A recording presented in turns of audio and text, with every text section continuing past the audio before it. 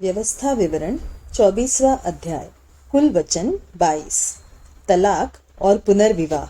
यदि कोई पुरुष किसी स्त्री से विवाह कर ले और उसके बाद उसमें कुछ लज्जा की बात पाकर उससे अप्रसन्न हो, तो वह उसके लिए त्याग पत्र लिखकर और उसके हाथ में देकर उसको अपने घर से निकाल दे, और जब वह उसके घर से निकल जाए तब दूसरे पुरुष की हो सकती है, परंतु यदि वह उस दूसरे पुरुष को भी अप्रिय लगे और वह उसके लिए त्याग पत्र लिखकर और उसके हाथ में देकर उसे अपने घर से निकाल दे, या वह दूसरा पुरुष जिसने उसको अपनी स्त्री कर लिया हो मर जाए, तो उसका पहला पति जिसने उसको निकाल दिया हो उसके अशुद्ध होने के बाद उसे अपनी पत्नी न बनाने पाए, क्योंकि यह यहोवा के सम्मुख घृणित बात है। इस प्रकार तू उस देश को जिसे तेरा परमेश्वर यहोवा तेरा भाग करके तुझे देता है, पापी न बनाना। अन्य नियम। जिस पुरुष का हाल ही में विवाह हुआ हो, वह सेना के साथ न जाए और न किसी काम का भार उस पर डाला जाए। वह वर्ष भर अपने घर में स्वतंत्रता से रहकर अपनी ब्याही हुई स्त्री को प्रसन्न करता रहे। कोई मनुष्य चक्की को या उसके ऊपर के पाट को बंधक न रखे, क्योंकि वह तो मानो प्राण ही को बंधक रखना है। यदि कोई अपने किसी इस्राएली भाई को दास बनाने या बेच डालने के विचार से चुराता हुआ पकड़ा जाए, तो ऐसा चोर मार डाला जाए। ऐसी बुराई को अपने मध्य में से दूर करना।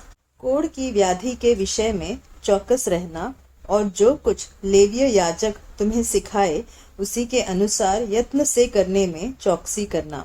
जैसी आज्ञा मैंने उनको दी है वैसा करने में चौकसी करना। स्मरण रख कि तेरे परमेश्वर यहोवा ने जब तुम मिस्र से निकल कर आ रहे थे तब मार्ग में मरियम से क्या किया। जब तू अपने किसी भाई को कुछ उधार दे, तब बंधक की वस्तु लेने के लिए उसके घर के भीतर न घुसना। तू बाहर खड़ा रहना, और जिसको तू उधार दे वही बंधक की वस्तु को तेरे पास बाहर ले आए। और यदि वह मनुष्य कंगाल हो, तो उसका बंधक अपने पास रखे हुए न सोना। सूर्य अस्त होते होते उसे वह बंधक अवश्य फेर देना, इसलिए कि वह अपना ओढ़ना ओढ़कर सो सके और तुझे आशीर्वाद दे, और यह तेरे परमेश्वर यहोवा की दृष्टि में धर्म का काम ठहरेगा।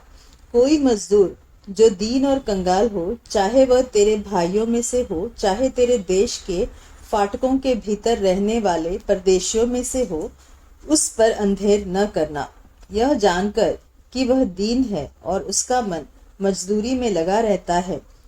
मजदूरी करने ही के दिन सूर्यास्त से पहले तू उसकी मजदूरी देना। ऐसा न हो कि वह तेरे कारण यहोवा की दुहाई दे और तू पापी ठहरे। पुत्र के कारण पिता न मार डाला जाए, और न पिता के कारण पुत्र मार डाला जाए। जिसने पाप किया हो वही उस पाप के कारण मार डाला जाए।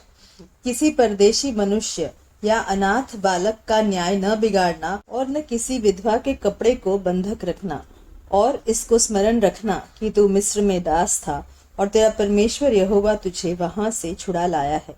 इस कारण मैं तुझे यह आज्ञा देता हूँ, जब तू अपने पक्के खेत को काटे और एक पूला खेत में भूल से छूट जाए, तो उसे लेने को फिर न लौट जाना। वह परदेशी, अनाथ और विधवा के लिए पड़ा रहे, इसलिए कि परमेश्वर यहोवा तेरे सब कामों में तुझको आशीष दे। जब तू अपने जलपाई के वृक्ष को झाड़े, तब डालियों को दूसरी बार न झाड़ना। वह परदेशी, अनाथ और विधवा के लिए रह जाए।